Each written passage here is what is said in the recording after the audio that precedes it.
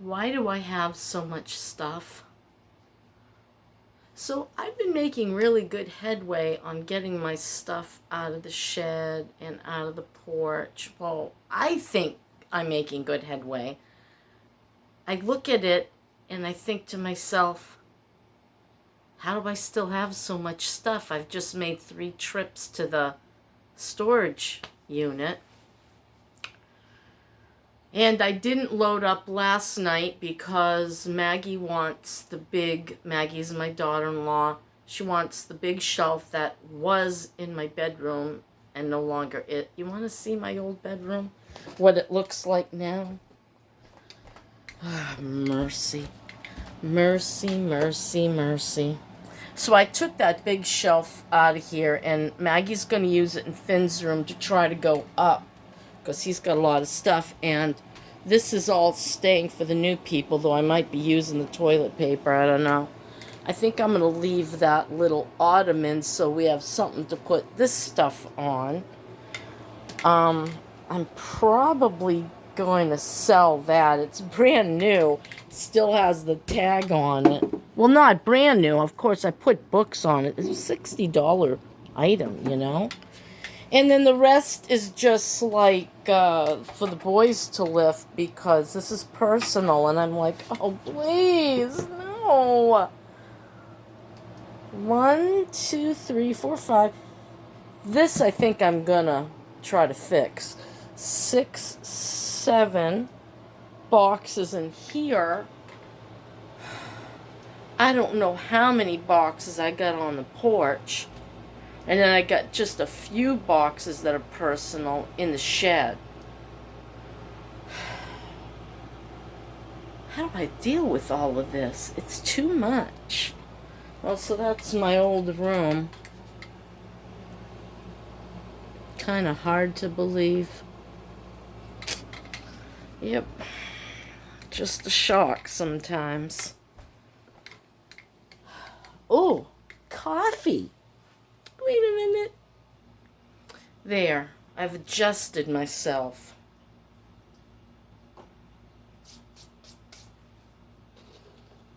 I got my coffee. And a Chips Ahoy cookie. Don't judge me!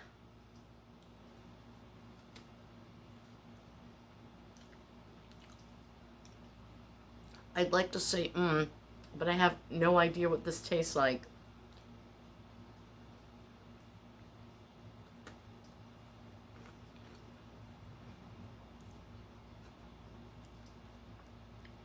They're crunchy, though. But they don't have what Tate's cookies have. Do you know Tate's cookies, that little teeny tiny bag with, what, 10 cookies in it? Over $5. I'm like, when hell freezes over, give me the corporate cookie.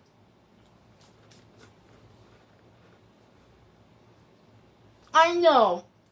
It's what time? What time is it? I can't see.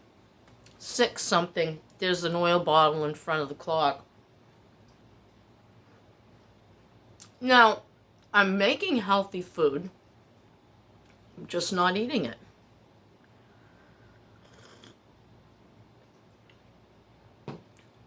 I don't know why. I'm fed up. I see in my government injustice.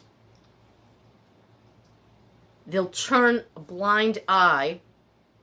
Well, it ain't even blind. It's pure out, yep, they did something wrong, but they get away with it. Allegedly did something wrong, and we're going to hang them. It doesn't matter what I'm talking about. It's constant and chronic. And a government gone completely rogue. There's a good word. So I think I'm just going to take a break from that and talk about something frivolous because I don't know. You know, you You feel like you gotta do something, and what can you do? You're fighting against principalities and powers. I like that Bible verse.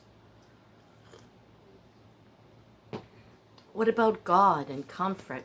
The Lord's coming, don't worry about it. We don't know when he's coming, and we should worry about it. Who said that saying about the only way for bad men to prosper is for good men to sit back and do nothing?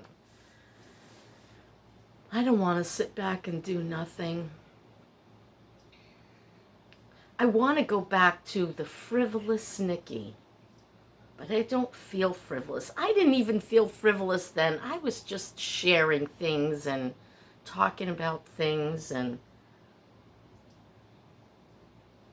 I feel for other women like me out there. It isn't easy. You lose your man, and he was your protector, he was your best friend, he was your confidant, he was my business partner too. And you find yourself alone. Now, I'm not completely alone. I got a lot of kids. I had 4. I would have had more, but Dennis put the brakes on and said, no, that last birth was more than I could mentally take. Bless his heart. I don't want to lose you, he'd say. I didn't want to lose you either. And sometimes it's hard when I listen to Bible verses, like at night I'll put on like this Bible verse video, and it'll, talk about promises of God, and I'm like, I'll hear a verse, I can't remember one offhand, and I'll be like, where were you? Where was that promise for the 5.5 years he suffered? I'll protect you and this and that, and the whatever will not harm you, and the serious harm. And sometimes it's really hard. It's like, well, clearly you're protecting somebody, it wasn't us. It's hard. It's hard to have faith. You just have to have it. We don't know why, so I want to know why. I have an inkling sometimes. Maybe Dennis was just needed somewhere else. But listen, couldn't you just have given him a massive heart attack? Boom. Over. No suffering. Why do you have to suffer? Injustice. Sometimes I feel like there's so much injustice that I'm just going to eat another cookie. I can't fix it, but I can at least mask it. My mom and I always had cookies and coffee in the morning. She used to have Milanos. Those are by Pepperidge Farm. So delightful. I should have bought those. I can't. Milanos were almost $5 for a teeny tiny thing of them. I can't afford that. I don't know what I paid for those. The Chips Ahoy. It was Walmart, but Walmart's not cheap anymore. Less than Publix, for sure. But not cheap. So we used to... Mom always had black coffee with 1 sugar. Isn't that funny? Now I drink black coffee with 1 sugar, where I used to always want cream, right? Sorry about any cookie crumbs. And if you're disgusted that I'm eating cookies and dipping them in my coffee, well, too bad! So we'd have Milano cookies and coffee in the morning. Unless, of course, my father had brought home one of those Sara Lee fudge cakes. They don't make them anymore, and they should.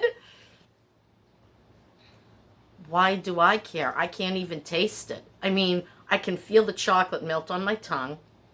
I can feel the crunchiness. I can feel a little bit of saltiness with the sweetness, but I can't taste anything. What is wrong with me? A lot. I started using food as comfort from a little girl. This is a hard one to break, folks, I gotta tell you. But anyway, so the Milanos and coffee lasted for quite a while. And then we tried to go on a diet and we ate those AIDS candy. Thank you for the viewer who told me what those were. AIDS, they came in different flavors. There was fudge and a caramel, and I think they had a vanilla-y one. And it was a little caramel wrapped up in paper individually. You buy a box of these, and you supposedly would have the AIDS with a cup of coffee, and it would suppress your appetite until we ate the entire box one time. And we knew at that point it wasn't suppressing our appetite at all. It was tweaking our sugar craving. So, and then sometimes there were donuts. Ooh. I think Hostess had the 3 types of donuts in a box. It was like, I think there were a total of 9. No, I guess you got a whole dozen. There'd be plain, powdered sugar, cinnamon sugar, and I can't remember the last one. No, I think there were only, maybe it was 4 of each. Do you remember? I don't know. I used to take the donuts. I'd take 3. I know. I'd take 3 donuts, and I'd crush them in the coffee till I made pudding. I also used to do that with milk and Oreos till it was just like this thick goo. I also love to do that with my mother's homemade Toll House cookies because she always used butter and walnuts and they were like to die for. And I take Seal Test ice cream. Do you remember Seal Test? Oh my God. Later we'd have to replace it with Breyers because Seal Test stopped making ice cream. And I take Seal Test vanilla. My mother only ever bought vanilla ice cream. Do you know that I didn't know there was any other flavor. It's not like we ever went like to an ice cream place or anything. And I would always order, like we went to there was this one ice cream place in Durham, New Hampshire. It was an old train station near the university, an old train depot, and they turned into a little ice cream shop. And I would ask for a sundae with vanilla ice cream and Hershey's syrup on it because I didn't know there was anything else. So one day, I'm at the Friendlies with my cousin. We'd become very close, and you couldn't separate us, you know. And she lived across the street. They'd moved in. I got to know her. I hadn't known her before. I vaguely remembered her from childhood. And there was a division in the family. It was just a mess anyway.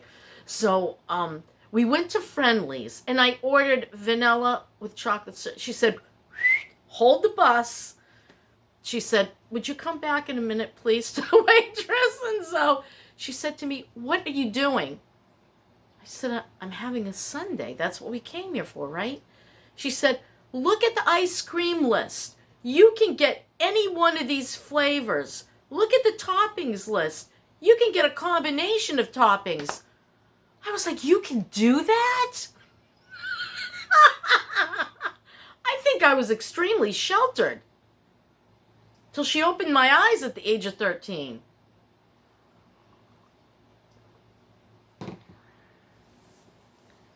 So I let her order for me, and I think it was this chocolate ice cream with toasted almonds in it. I wish I could remember what they called it. Toasted almond fudge.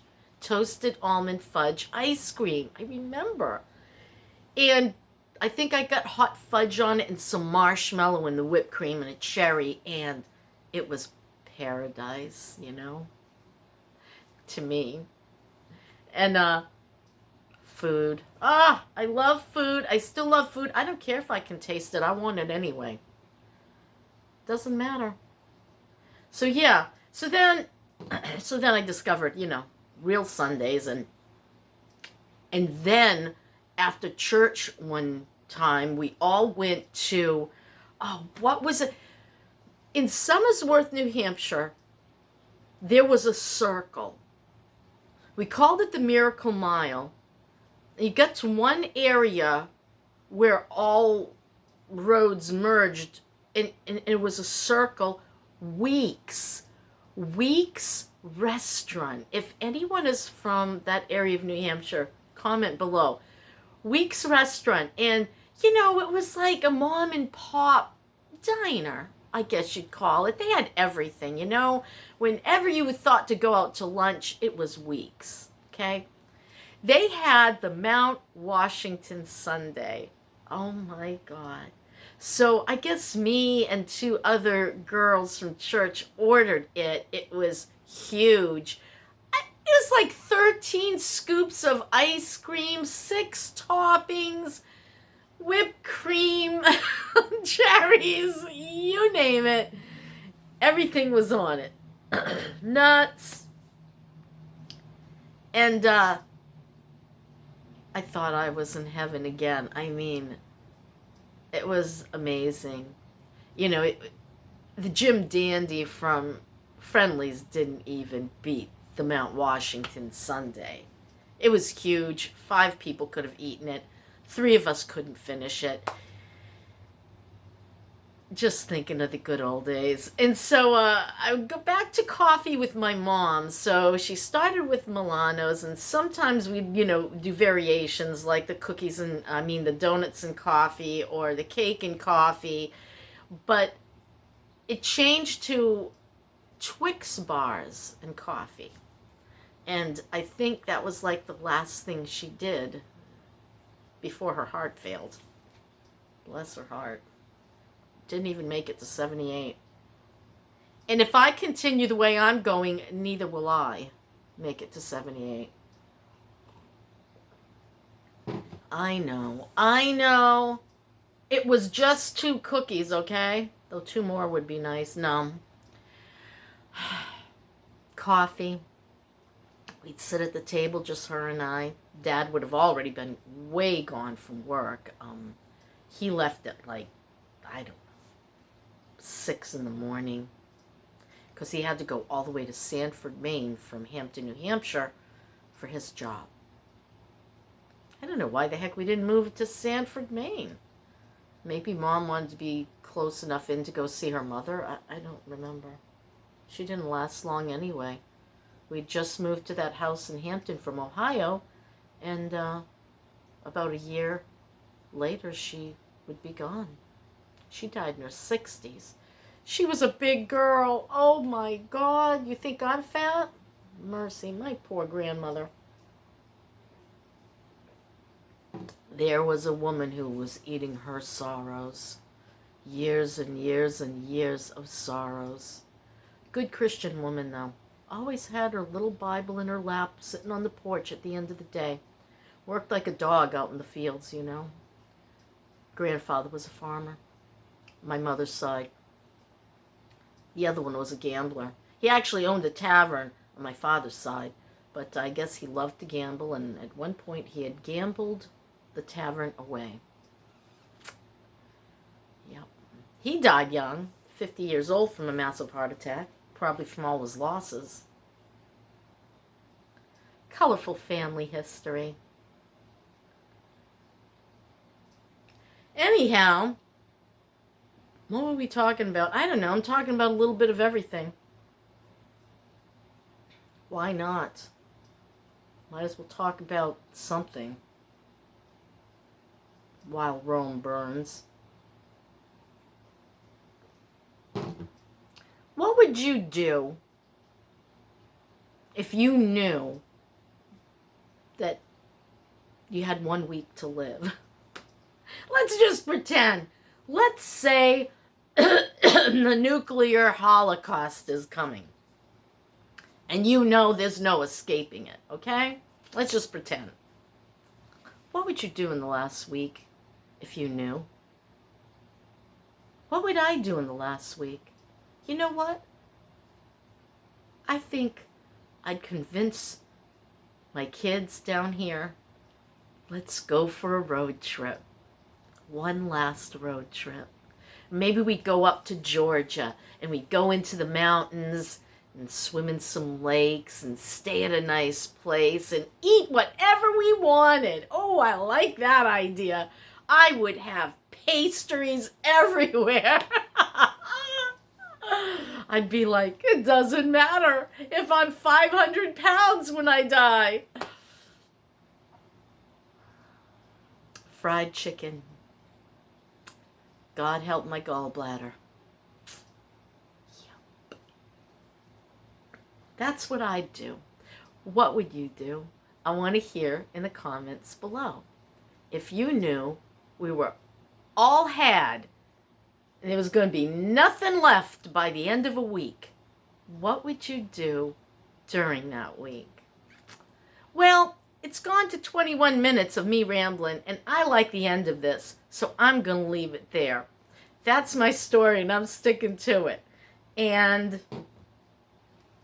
that's all she wrote. Bye.